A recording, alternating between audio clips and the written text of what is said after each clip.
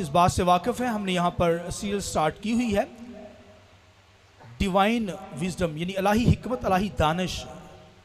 तो उसका जो आज का सरमन होगा बड़ा खूबसूरत सरमन है, हिकमत, राज और छोटा सींग, wisdom, mystery and little horn.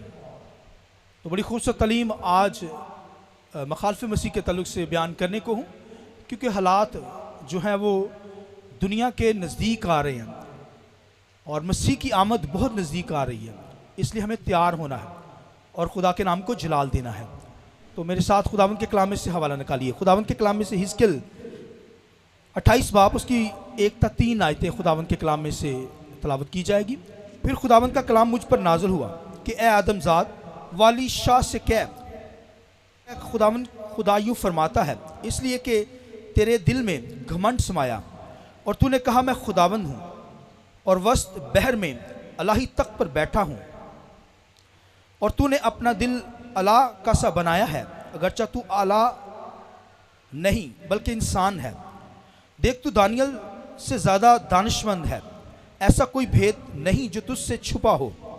तूने अपनी हिकमत और खर्च से माल हासिल किया और सोने चांदी से अपने ख़जाने भर लिए। तूने अपनी बड़ी हिकमत से और अपनी सुदागरी से अपनी दौलत बहुत बढ़ाई और तेरा दिल तेरी दौलत के बाइस फूल गया है। इसलिए खुदावंद खुदा यूँ फरमाता है, चूँकि तूने अपना दिल अला का सा बनाया, इसलिए देख मैं तुझ पर परदेशियों को जो कौमों में हैबतनाक है चढ़ा लाऊंगा और तेरी दानिश की खूबी के ख़िलाफ़ तलवार खींचूंगा और तेरे जमाल को ख़राब करूंगा। वो तुझे पताल में उतारेंगे और तू उनकी मौत मरेगा जो समुंदर के वस्त में कत्ल होते हैं। एक रेफरेंस खुदावंद के कलाम में से निकालिए, दानियल की किताब 7वां बाब उसकी 8वीं आयत खुदावंद के कलाम में से।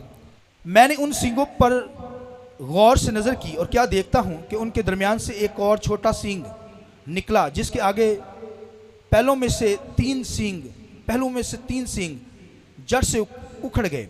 और क्या देखता हूँ कि उस सींग में इंसान की सी आंखें हैं और एक मुंह है जिससे घमंड की बातें निकलती हैं। मेरे देखते हुए तख्त लगाए गए और कदीमुल याम बैठ गया। उसका लिबास बर्फ सा सफ़ेद था और उसके सर के बाल खालिस ऊन की मानद थे।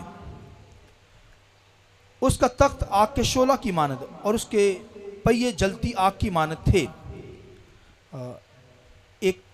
चाहूँगा इसी बाप की 17वीं आयत खुदावंद के कलाम में से पढ़ेंगे, 7-17। सुनिए, ये 4 बड़े हैवान 4 बादशाह हैं जो ज़मीन पर बर्पा होंगे, लेकिन हक ताला के मुक़द्दस लोग सल्तनत ले लेंगे और अबद तक, हाँ अब्दुल्लाबाद तक उस सल्तनत के मालिक रहेंगे। आखिरी रेफरेंस मकाशवा की किताब है, मेरे साथ खुदावंद के कलाम में से निकालिए। खुदावंद के कलाम में मकाशवा की किताब है, मेरे साथ निकालिए, 17वां बाब पहली आयत। उन 7 फरिश्तों में से जिनके पास 7 प्याले थे, एक ने आकर मुझसे ये कहा, इधर आ, मैं तुझे उस बड़ी कसबी की सज़ा दिखाऊं जो बहुत से पानियों पर बैठी हुई है और जिसके साथ ज़मीन के बादशाहों ने हरामकारी की थी और ज़मीन के रहने वाले उसकी हरामकारी के मैं से मतवाला हो गए थे। बस वो मुझे रूह में जंगल को ले गया। वहाँ मैंने किरमजी रंग के हैवान पर जो कुफर के नामों से लिपा हुआ था और जिसके 7 सर और 10 सींग थे, एक औरत को बैठे हुए देखा। ये औरत अर्गवानी और किरमजी लिबास पहने हुए और सोने और जौहर मोतियों से आरास्ता थी और एक सोने का प्याला मकरूहात यानी उसकी हरामकारी की नापाकियों से भरा हुआ उसके हाथ में था। खुदावंद के पाक कलाम के पढ़े सुने जाने पर खुदावंद की बरकत हो। शुक्रिया से बैठ जाइए। हिकमत, राज और छोटा सींग, wisdom, mystery and little horn. खुदावंद के कलाम में से आज हिकमत के तल्लुक़ से बयान करने को खुदावंद के कलाम में से दानियल की किताब हमारी मरकज़ी आयत दानियल 12वां बाब उसकी 7वीं आयत के अंदर लिखा है कि दानिश अफजू होनी चाहिए। बथेरे तफ्तीश व तहकीक करेंगे और दानिश क्या हो जाएगी? अफजू। दानिश मतलब दनाई, हिकमत, विजडम, मार्फत, खर्द, अंडरस्टैंडिंग, यानी आप दनाई से, हिकमत से कारोबार कर पाते हैं, घरों को मैनेज कर पाते हैं। इतनी हिकमत नहीं लोगों के पास कि वो अपने बीवी जो है हस्बैंड को हिकमत के साथ डील कर पाए, या खावंद जो है बीवी को हिकमत के साथ डील कर पाए। और ये दनाई जो है बहुत ज़रूरी है। हिकमत, दनाई, विजडम, ज़ेन के अंदर आना बहुत ज़रूरी है। तो दनाई खुदा के कलाम के ज़रिए से हमें मिलती है। खुदा के घर में आएंगे, दनाई मिलेगी। दुनिया की दनाई दुनिया के लोगों से मिलेगी, आपको दुनियावी इल्म से मिलेगी, लेकिन जो रूहानी अल्लाही जो दनाई है, हिकमत है, विजडम है, वो आपको खुदा के कलाम के ज़रिए से, और दूसरी बात होली स्पिरिट, रूह कुदस के ज़रिए से आपको मिलती है। ये माइंड खुल जाते हैं। खुदावंद के कलाम लिखा है, शागिर्द यीशु मसीह के साथ 3 साल रहे, कलाम इल्म को लेते रहे, मगर लिखा है खुदा ने, यीशु मसीह ने उनका ज़हन खोला। तो फिर जब खोला है तो फिर लिखा तब उनकी ज़िंदगी में दनाई आई, हिकमत आई। तो दनाई मांगने से मिलती है, हिकमत मांगने से मिलती है, ताकि आप दुनिया को लीड कर सके, दुनिया को डील कर सके, फैमिलियों को, घरानों को लेकर चल सके। हिकमत दनाई नहीं ना होगी तो फिर घर बर्बाद ही हो जाते हैं, फैमिलियाँ बर्बाद हो जाती हैं। इसलिए खुदा से हिकमत दनाई मांगने की ज़रूरत है।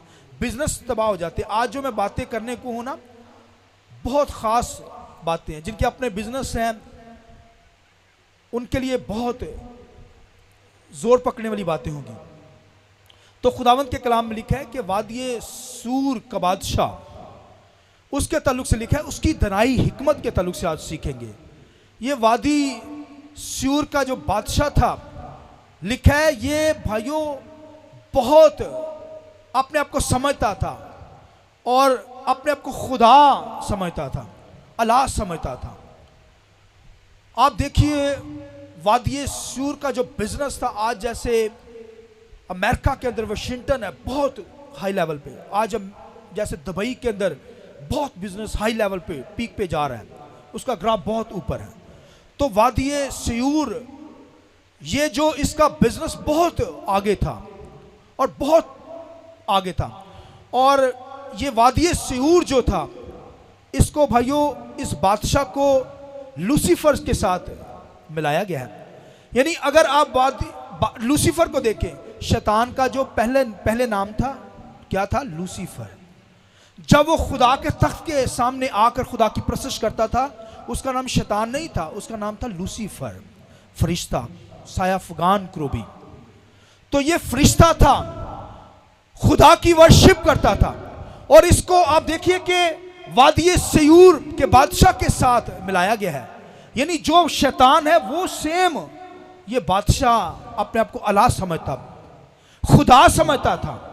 तो जब मैं वादिये सूर का नाम लूँ, इसका मतलब आपने लूसीफर को देखना है।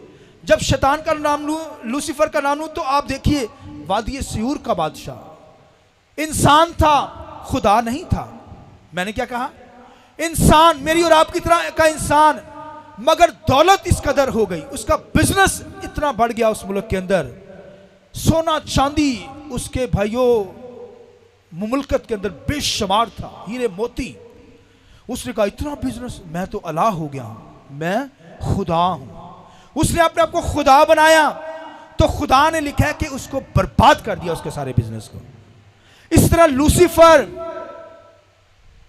खुदा के कलाम लिखा है, खुदा के तख्त के सामने वर्शिप करता, और लिखा है कि इसको तो अपनी दौलत पर, इसको तो अपनी सोने चांदी पर मांगता। इसलिए वो कहने लगा मैं ही खुदा हूं, दौलत मेरे पास है, हीरे मोती मेरे पास है, खजाने मेरे भरे पड़े हैं। तो वादिये सूर का बादशाह जो है, हिजकिय्याह की किताब में लिखा है, अपने आप को अल्लाह समझने लगा, खुदा समझने लगा, घमंड में आ गया। तो खुदा ने उसकी सारी, लिखा है, उसके बादशाहियों को तबाह व बर्बाद कर दिया। जैसे वो अपने आप को अल्लाह समझता था, खुदा समझता था, इस तरह का शैतान भी अपने आप को क्या करता था?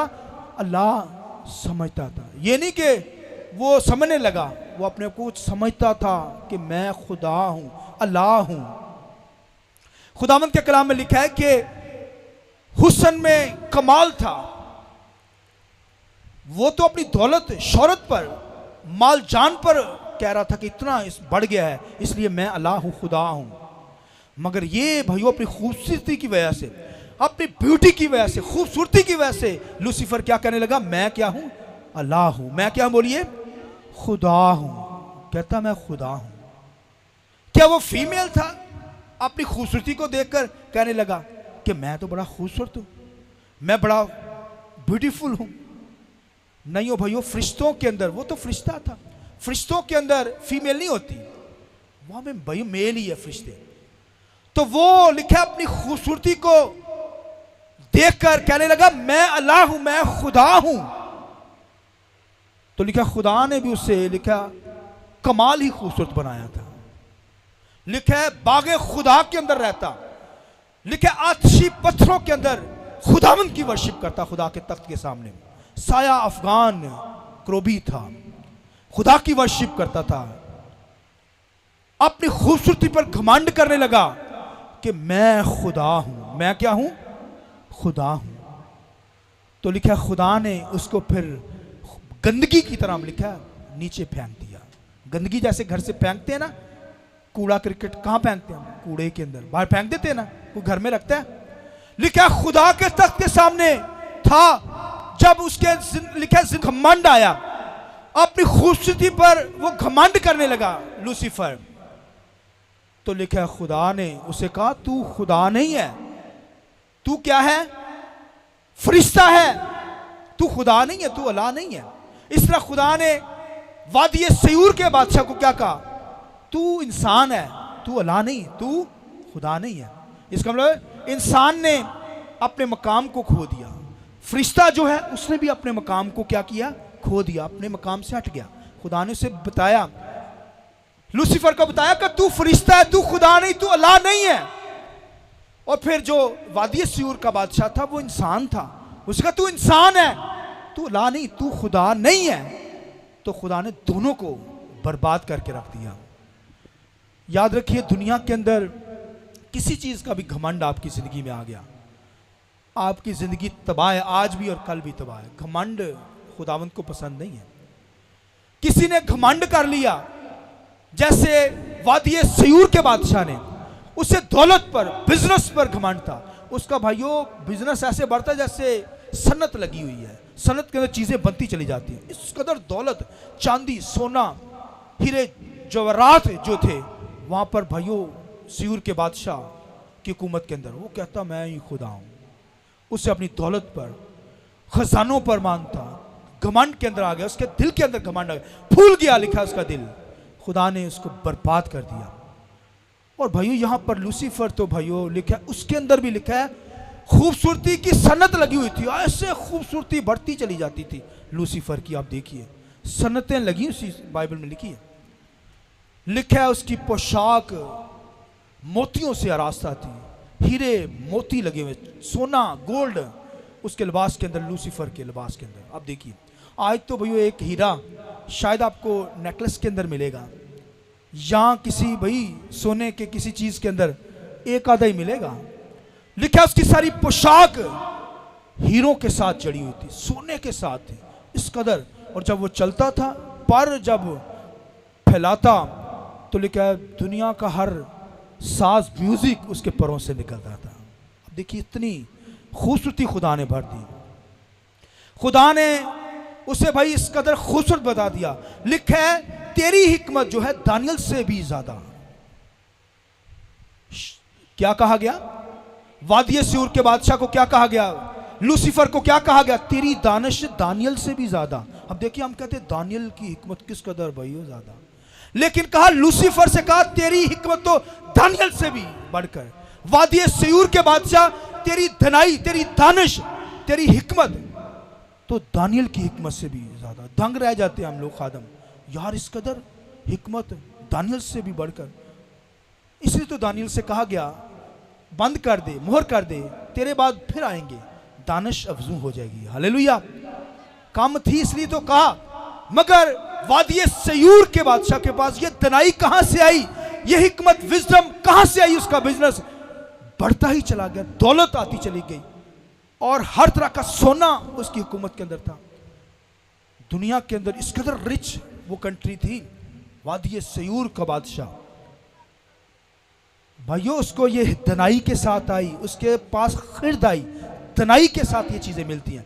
बिजनेस बढ़ते हैं, दौलत बढ़ती है, किसी चीज़ की कमी नहीं रहती। कोई दनाई आ जाए, हिकमत हो उसके पास, तो भाइयों वादी सयूर के पास तो हिकमत थी, दनाई थी, खर्द थी, जिसकी वजह से वो सनतें लगी हुई थी। भाइयों चीज़ें बढ़ती चली, बिजनेस बढ़ते ही चला गया, दौलत आती ही चली गई, खजाने बढ़ते ही चले गए। और यहां पर लूसीफर के भाई उसके अंदर तो लिखा है, तूने अपने घमंड की वजह से हिकमत को क्या किया, खो दिया। इब्लीस ने हिकमत क्या की, खुदा ने क्या खो दी, चंगा होया खो दी है, नहीं तो अगे नहीं मान। मैंने क्या कहा, बहुत अच्छी हो, उसने अपनी हिकमत की, लिखा है उसने इस घमंड की वजह से अपनी हिकमत खो दी। लिखा है वो जैसी हिकमत दानियल के पास भी, दानियल से भी ज्यादा, तो दानियल से ज्यादा क्यों थी, लिखा है हर बात से वो वाकिफ था, हर भेद उस पर ओपन था, हर मकाशवा भाइयों लूसीफर के ऊपर खुदा ने खोला हुआ था। ऐसे नहीं दंदनाता, उन्हें पता है केड़े बंदे को जाना है, केड़ी बुढ़ी को जाना है, केड़े बच्चे नू शरारत करवानी है, लिखा सब कुछ उसे पता है, भेदों का पता है। खुदा ने भाइयों से सब बताया हुआ था, भेद खोले हुए थे। ऐसे नहीं कहा तेरी हिकमत तो दानियल से भी, दानियल पर भेद खुलते थे या नहीं खुलते थे। कहा तेरी हिकमत खत्म कर दी, उसकी हिकमत ही खत्म कर दी। तो आप देखिए लूसीफर दिल घमंड से भरा हुआ था, मगर पहले जब घमंड नहीं था, जब अपने आप को अल्लाह नहीं कहता था, अपने आप को खुदा नहीं कहता था, तब लिखा है आतशी पत्थरों में खुदा की वर्शिप करता था, अपने मकाम के अंदर था, मगर लिखा अपना मकाम उसने खो दिया। खुदा ने कहा तू अल्लाह नहीं, तू खुदा नहीं है, तू क्या है, फरिश्ता है, जस्ट साया अफगान फरिश्ता। वादी सयूर के बादशाह से कहा तू खुदा नहीं है, तू अल्लाह नहीं है, तू सिर्फ इंसान है, तू क्या है, इंसान है, अपने अपने इंसान समझ ला। तो वो कहने लगे हम खुदा हैं, हम अल्लाह हैं, खुदा के मुकाबले समझ लगे। खुदा ने बर्बाद कर दिया, खुदा ने उन मकामों से उनको गिरा दिया। लिखा है लूसीफर को, लिखा है आसमानी मकामों से गिरा कर गंदगी की तरह नीचे की तरफ फेंक दिया। आज भी बेशुमार लोग होते हैं अपने मकाम को खो देते हैं। भाई अपने मकाम को ना खोइए, खुदा ने जहां पे रखा वहां पे रहिए। मुझे खुदा ने यहां पर खड़ किया, सारी जिंदगी इसी मकाम के अंदर रहेंगे। लीडरशिप यहां पर खिदमत का काम करते हैं, वो अपने मकाम को ना खोएं। तो अगर कोई मकाम खोएगा तो हम तो खादम गाइड करते हैं, सिखाते हैं, भाइयों ये अपने मकाम को ना छोड़ो, बर्बाद हो जाएंगे। आप कलीसिया का हिस्सा हैं, कलीसिया में आ रहे हैं, तो ये नहीं कभी आए कभी नहीं आए, खुदा को मजाक समझाओ। खुदा भाइयों हटा डालता है, मकामों से गिरा देता है। फिर अगर उसकी वर्शिप नहीं करेंगे, मकाम को नहीं पहचानेंगे। लूसीफर ने मकाम को नहीं पहचाना, फरिश्ता था, खुदा ने पटक दिया गंदगी की तरह। वादी सयूर के बादशाह को, उसने इंसान था, अपने मकाम को नहीं पहचाना, खुदा ने बर्बाद कर दिया उसका सब कुछ। तो भाइयों अपने मकाम को ना छोड़िए, जहाँ पे खुदा ने रखा है खिदमत के लिए वफादारी के साथ उस मकाम को ना छोड़ें। वर्शिप करने वाले यहाँ पर वर्शिप करते नजर आए, ये नहीं कभी आए कभी नहीं आए, मजाक बना रखा है। खुदा आपके मकाम को बढ़ाना चाहता है। दनाई, विजडम आ जाए, हिकमत आ जाए। लिखा है यही दनाई का, किसका, किसी के पास दनाई है तो समझ जाए, ज़हन के अंदर दनाई है, हिकमत है, विजडम है, तो समझे इन बातों को। और भाइयों वो तो शैतान का दौर था, फिर वादी सयूर का दौर था, उनको बर्बाद कर दिया। अब भाइयों शैतान का, अब तो शैतान भाइयों उसको सिरी को यीशु मसीह ने क्या किया है, सर को कुचल दिया। बोलिए आमीन, ताली तो बजाइए यीशु दे। लिखे अब शैतान लूसीफर, उसकी गर्दन को, उसके सर को लिखा है मसीह ने अपने पांव से क्या किया है, कुचल दिया है। अब वो दुम ही हिलाता रहता है, उनके तो डरते रहते दुम, तो ख्वाबां च शैतान वो सप ही नजर आते रहते आते हैं ना लोगों को, वो कुछ नहीं कर सकता। अब उसके क्रिंदे करते हैं, सुनिए मैं जो बात बता रहा हूं, अब उनके क्रिंदों की बारी है। क्रिंदे समझते उनके साथी जड़े ने। अब शैतान का दौर खत्म हो गया, वादी सयूर के बादशाह का दौर खत्म हो गया। अब तो भाई उनके क्रिंदों का दौर आने वाला है। क्रिंदे कौन से हैं? ये मुखालफे मसीह। वो अपने आप को क्राइस्ट कहेंगे, जैसे उन्होंने कहा कि हम अल्लाह हैं, हम खुदा हैं। अब उसके शैतान के क्रिंदे आएंगे, उसके सपोर्टर आएंगे, उसके साथी आएंगे और वो मुखालफे मसीह है। वो अपने आप को कहेंगे हम मसीह हैं, हम अल्लाह हैं, हम खुदा हैं। तो उनके बारे में भी थोड़ा सा सुन लीजिए। खुदावंद के कलाम में यहाँ पर लिखा है कि एक छोटा सींग निकला, उसमें से 4 सींग निकले। तो ये जो है भाइयों सिकंदर आजम की हुकूमत के ताल्लुक से, तो ये सिकंदर आजम की जो हुकूमत थी उसके अंदर लिखा है उसके मरने के बाद 4 जनरल उसके निकले हैं। और इसकी हुकूमत को जो है चीते से तशबीह दिया जाता है। चीते के 4 बच्चे होते हैं। अगर आप देखें ना डॉक्यूमेंट्री एनिमल्स की, जानवरों की, चीते के हमेशा 4 बच्चे होते हैं। तो ये जो सिकंदर आजम था, तो जब ये मरा है तो इसके अंदर से लिखे ये बकरा लिखे इसके 4 सींग नमूदार हुए हैं, यानी 4 जनरल इसके निकले हैं। 4 सींग में 3 सींग एक जैसे हैं, बड़े हैं, एक सींग जो है छोटा सींग निकला है। लिखा है उसकी 2 आंखें। कितनी आंखें सींग की? मुंह एक है और उसमें से कुफर की बातें निकल रही हैं सींग की। अब देखिए ये एंटी क्राइस्ट का दौर के ताल्लुक से बताया गया। एक छोटा सींग जो है ये एंटी क्राइस्ट है। लिखा सींग है, 2 आंखें हैं और फिर लिखा एक मुंह है जिससे कुफर की बातें निकलती हैं। क्या निकलती हैं? कुफर की। ये बातें भाइयों आपको बताने का मकसद है कि दानिश अफजू हो जाए। आप आज कलीसिया को उन हालातों का पता हो कि आने वाले दौर के अंदर एंटी क्राइस्ट मुखालफे मसीह आएगा, वो कलीसिया पर दुख भाई लाएगा, मारेगा। मगर एक ईमानदार को तो पता हो, दुनिया की कलीसिया को पता है या नहीं पता, एक यहाँ पे हमारी कलीसिया को तो नॉलेज हो जब वो दौर आए। ये दौर बहुत करीब है क्योंकि यूरोपियन यूनियन 50 साल हो गए यूरोपियन यूनियन को, तो इसी में से बादशाह बरपा होना है ये एंटी क्राइस्ट। तो 50 साल तो हो गए, यानी मसीह के आने का दिन बहुत नज़दीक है। हम तो कभी आते कभी नहीं आते दुआ में ना, मगर मसीह आने वाला है। तो हिसाब ला लो जेड़े वर्शिप ना करते हुए उस दिन यीशु मसीह आ जाए तो वो कितना फिर पछतावा होगा ज़िंदगी के अंदर, दुख ही होगा। तो मसीह लिखा है जैसे रात गुजरती है, लेकिन रात बहुत गुजर गई है, दिन निकलने वाला है, मसीह आने वाला है, बहुत करीब है हमारे। 2000 साल हो गए मसीह को उस्मान पर गया, तो अभी तो मसीह आने वाला है। आप कहेंगे 2000 से इंतजार कर रहे हैं। भाइयों इन हालातों से हमें पता चल रहा है। लिखा है जंगें छिड़ी हुई हैं। तो आप देखिए कि यूरोपियन यूनियन, मैं बता रहा हूँ, यूरोप एक बादशाह ने आना है, वो एंटी क्राइस्ट का होगा। एंटी क्राइस्ट अपने आप को कहेगा, मुखालफे मसीह कहेगा। तो आप देखिए कि उस दौर के अंदर वो क्या करेगा। खुदावंद के कलाम के अंदर लिखा है ये जो हुकूमत है सिकंदर आजम की, इसमें 4 निकले। एक जो था छोटा सिंह था, उसकी 2 आंखें थी और मुंह से कुफर की बातें निकलती थी। और जैसे इसके बारे में लिखा है कि एक सिकंदर आजम की हुकूमत के तल्लुक से, इस तरह यीशु मसीह की भी खुदावंद के कलाम लिखा है 7 सींगों वाला बर्रा है। बोलिए आमीन। मकाशों की किताब में लिखा है यीशु मसीह के लिखा है वो कौन सा बर्रा है? 7 सींगों वाला। कितने सींगों का भाइयों? इसके तो 4 सींग है ना, मगर उसके लिखे यीशु मसीह के 7 सींग, यानी पूरी रूह कुदस की ममूरी क्राइस्ट के अंदर है। बोलिए आमीन। फिर लिखा है यीशु मसीह के लिखा है कितनी आंखें? इसकी तो 2 आंखें हैं, सींग की 2 आंखें। यीशु मसीह की 7 आंखें उसके ऊपर। आमीन। यानी यीशु मसीह हर जगह पर जो है वो नजर रखता है। कामलियत है, रूह कुदस से ममूर है, पाकरू का जोर उसके अंदर है। तो भाइयों ये क्राइस्ट के ताल्लुक से लिखा है। तो यहां पर तो एंटी क्राइस्ट के ताल्लुक से लिखा है उसकी 2 आंखें। मसीह पर लिखा 7 आंखें, 7 होली स्पिरिट को शो करता है कि खुदा की आंखें सारी दुनिया के ऊपर नजर करती है। आमीन। खुदा हर जगह पे नजर करता है। तो यहां पर लिखा एंटी क्राइस्ट का जो सींग का बयान किया गया है, ये सींग पर 2 आंखें, और ये क्या करेगा इसके बारे में एक इज़राइल के ताल्लुक से लिखा है कि एंटीओखस एक बादशाह था, उसको भी इसी से एंटी क्राइस्ट से तशबीह दिया गया है।